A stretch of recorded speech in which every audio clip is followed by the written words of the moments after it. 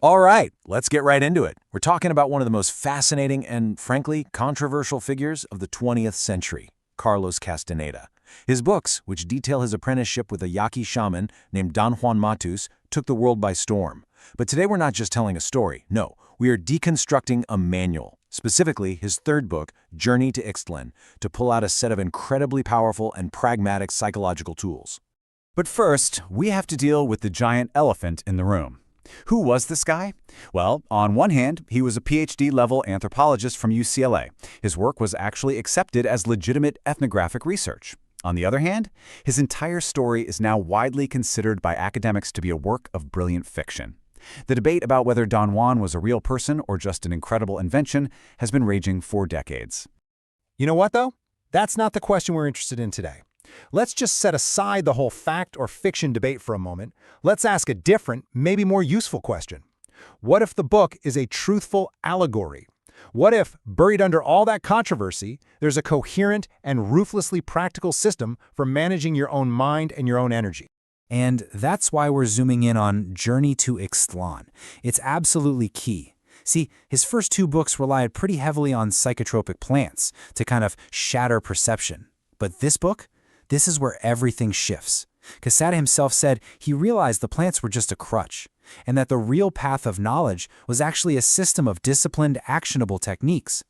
So, that's our approach. We are looking at Journey to Ixtlan not as a piece of ethnography and not as fiction, but as a manual for the mind.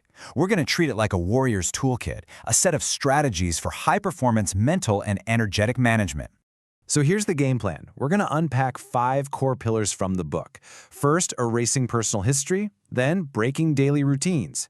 After that, we'll get into using death as an advisor, followed by assuming full responsibility, and we'll wrap it all up with the art of not doing. So let's get into it.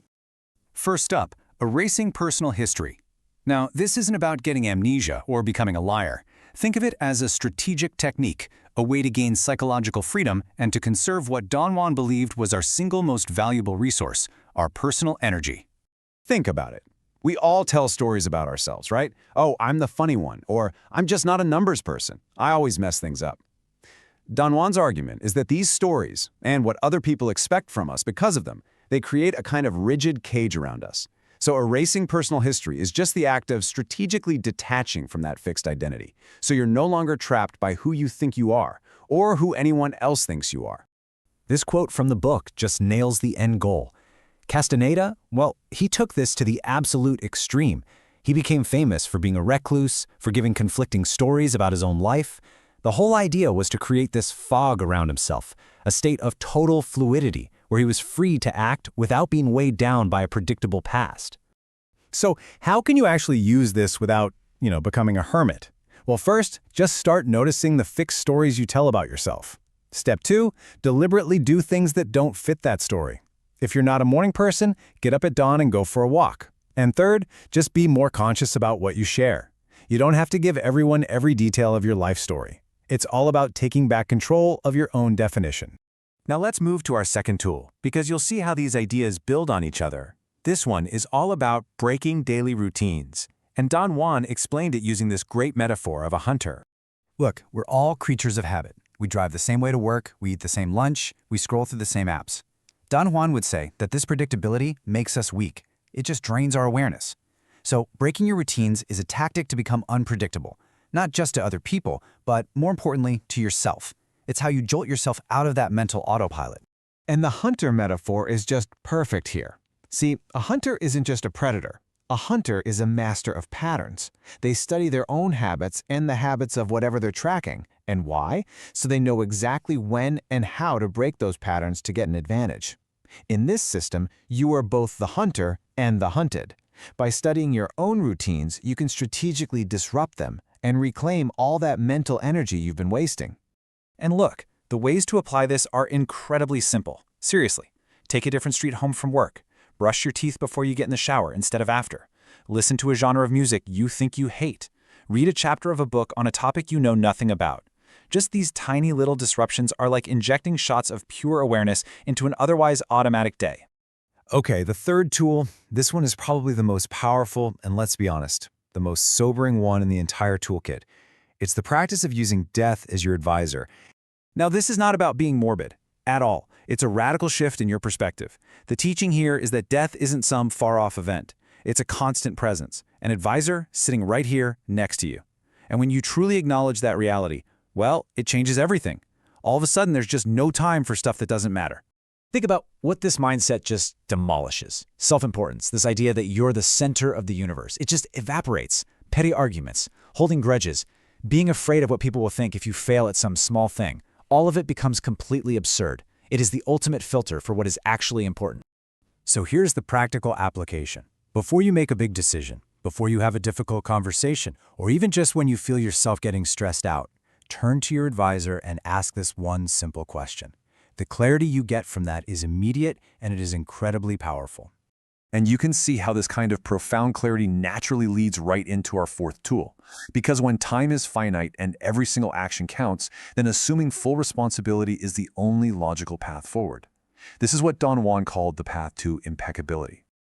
Now, this is a really important redefinition. In this system, responsibility has absolutely nothing to do with blame or fault. It doesn't matter who was right or wrong. Responsibility is the powerful act of taking 100% ownership of your reactions and your choices. Impeccability just means making the best possible use of your energy by not wasting it on complaining or regretting or blaming someone else. It's the only way to truly reclaim your personal power. This quote just cuts right to the heart of the matter. The warrior doesn't complain and doesn't sit around waiting for help. They recognize that they already have everything they need to navigate their own life. Waiting for a rescue or blaming the world for your problems is just a profound waste of energy. So, what does this look like in practice? It's actually a pretty straightforward process. First, just acknowledge your emotional reaction to something. Don't judge it, just notice it. Second, consciously reframe your role from being a victim, from "this happened to me," to being an actor. You are the one who decides what happens next. And third, you act. You make a deliberate choice, and once you've made it, you move on, without wasting a single drop of energy on regret. And that brings us to the final piece, the most abstract, but really the culmination of this whole toolkit, the art of not doing, which is the gateway to what Don Juan called stopping the world. Think about it for a second. Your mind is always talking to itself. There's a constant narrator in your head, describing, judging, and labeling everything to maintain a stable version of reality. That's a tree. The sky's blue. I'm feeling anxious. Not doing is the practice of stopping that specific activity, the doing of constant description. And stopping the world is what happens when you succeed. You silence that internal narrator, even for a moment, and allow for pure, direct perception. All the other tools we've talked about, they're designed to weaken that internal dialogue to make this possible. Which brings us to our final and most provocative question. After you've worked to strip away your fixed personal history, after you've broken your mindless routines, filtered your actions through the lens of your own mortality, and assumed total responsibility, what is actually left when you finally stop telling yourself the story of who you are and what the world is? That question, that's the core of this entire system, and it's one that invites a lifetime of exploration.